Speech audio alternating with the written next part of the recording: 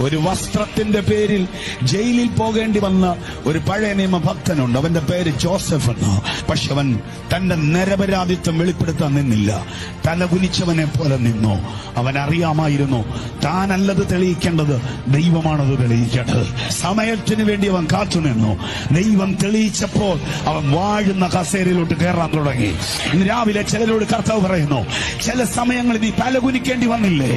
ചില സമയങ്ങളിൽ നാണം കെട്ടവനെ പോലെ നിൽക്കേണ്ടി വന്നില്ലേ? നിരപരാധിയാണെങ്കിലും നീ അപവാദം കേട്ടില്ലേ?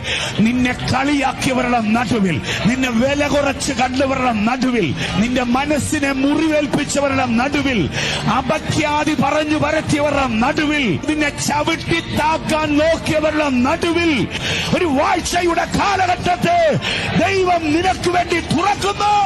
നീ വാഴുന്ന